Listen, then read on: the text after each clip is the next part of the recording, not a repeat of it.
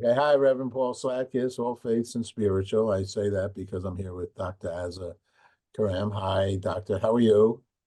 I am very well, Reverend Slatkus. It's lovely to be with you. It's always lovely to be with you, and I know you like to be called Azza.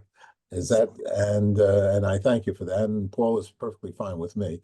And I we I mean we do this work like a doctor or a reverend, but we do that because why? Why did you become a doctor and why are you involved with religions, lead integrity?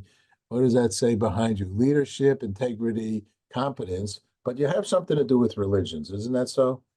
Yes, in fact, Lead Integrity is a group of very competent professional women and men who are working in every single sphere of life imaginable. We have doctors, we have professors, we have engineers, we have scientists, the lot, um, who are all sharing one thing in common, which is that they're deeply inspired by their faith, but they're not representing their faith. They're not religious leaders. They're not ordained. They are ordinary competence professionals, very much with faith in their heart, influencing their work and their lives.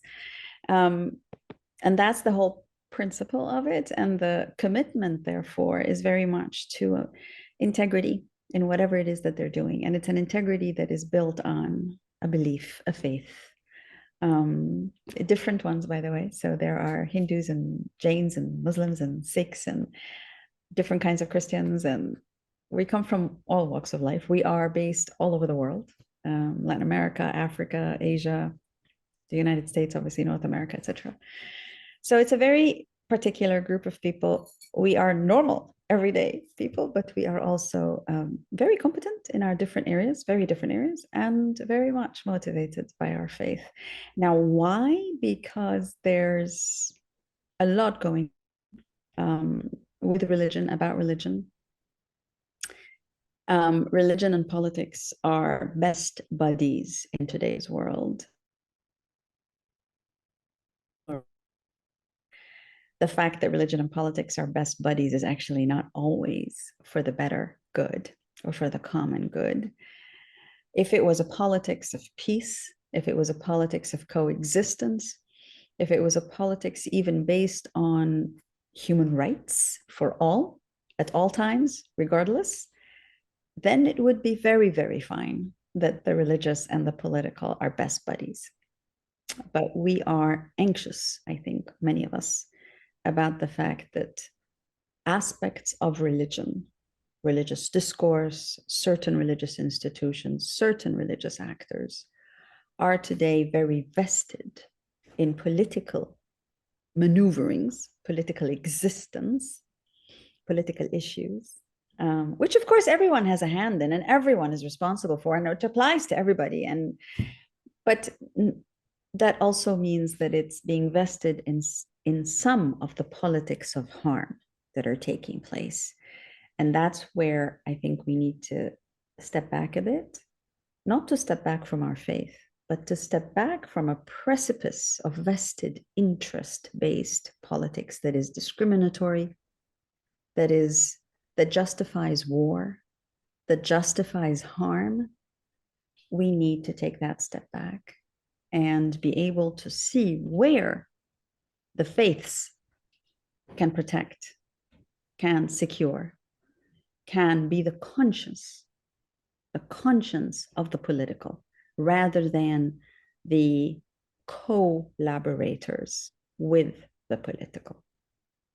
That's what I believe. I in my interfaith seminary upbringing many years ago, I was raised Jewish and still follow Judaism. But I even say to Jewish fellow people in our family, very involved with the Jewish community and President Hadassah, librarian Temple Emmanuel, all kinds of things, built the temple in Tarrytown, family founded. But I've always said, I go with the old Homo sapien story. We're all brothers and sisters, and I guess for me, the religious aspect is, I almost call it an add-on. It's one of our greatest add-ons. It's a beautiful thing if religion is important to you. It's perfectly fine if religion is not, and you want to believe in a stone or a rock. That's your decision on your life. It's a personal decision. It seems to me that everybody's who might call themselves any religion has maybe even a different perspective of that same exact religion, because you are only can be who you are and have built around your cultural. But let me ask you a question. So I gave you my little spiel here, as they say. Um, my wonderment is, can though it seems to me that the fighter bees, the ones that actually use religion as to a degree, maybe 50% or more, as the impetus for the battle. And so where are they reading?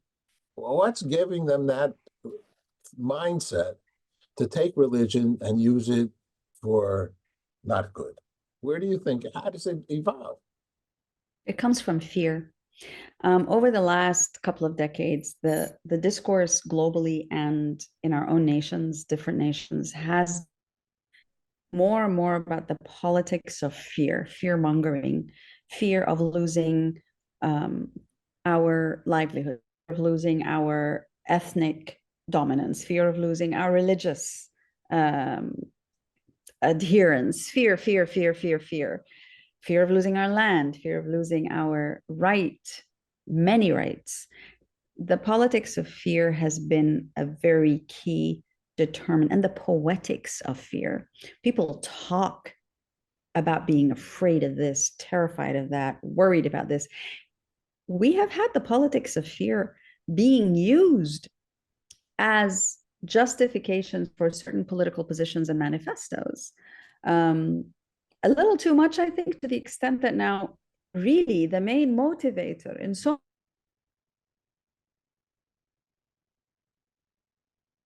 The internet connection.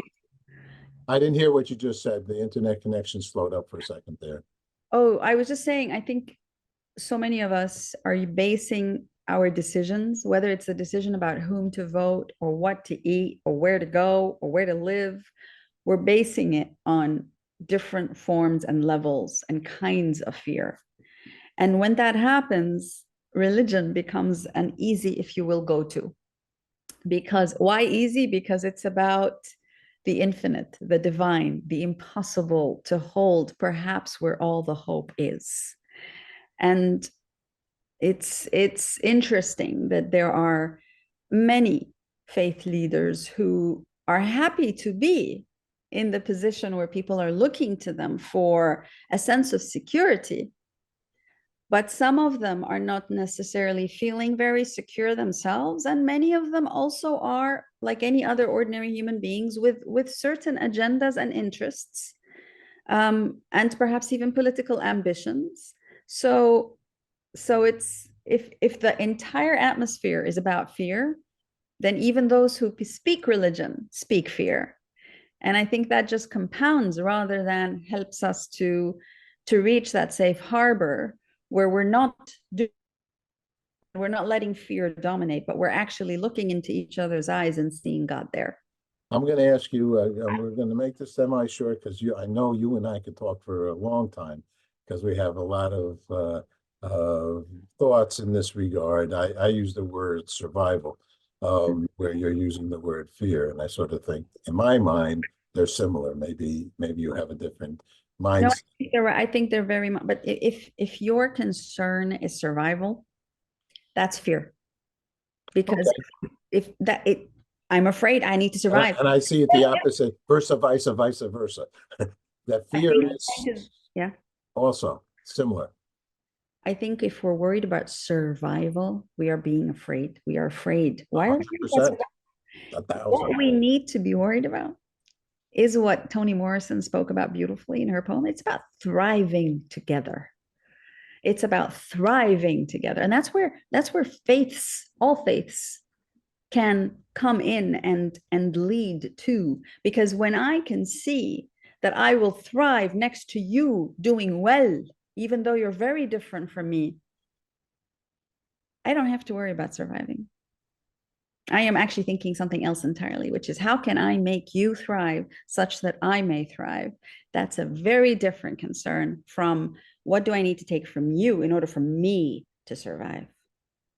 I have a buddy. He's was a high, and I'm going to sort of like end it with this, or whatever.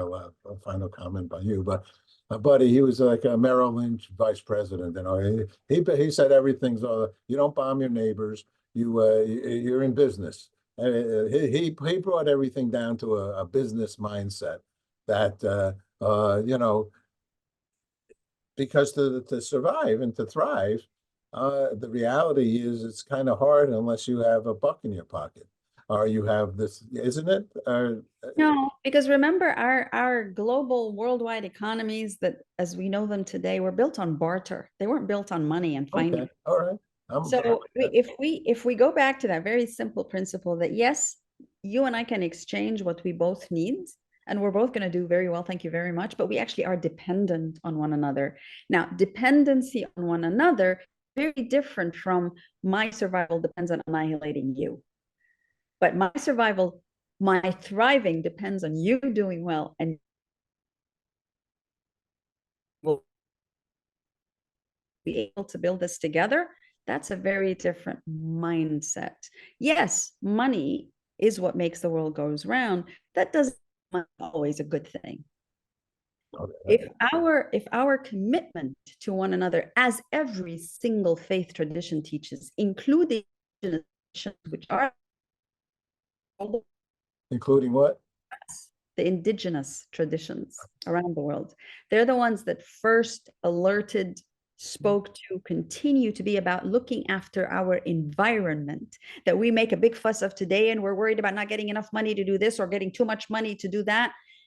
If we are worried about looking after our very blade of grass, every single tree, earth, if we look after earth, earth will look after us. That is a very simple, faithful principle. It's not about fear. It's about thriving together on this earth, with this earth. Where do we go to thrive with you? Do you have a website? Yes, it's lead-integrity.com. Please visit us. There's an amazing group of people. Always a pleasure. Thank you for your wisdom and for your sincerity in the work that you do. Appreciate it. Thank you. So much, Reverend Paul Sladkus. Thank you.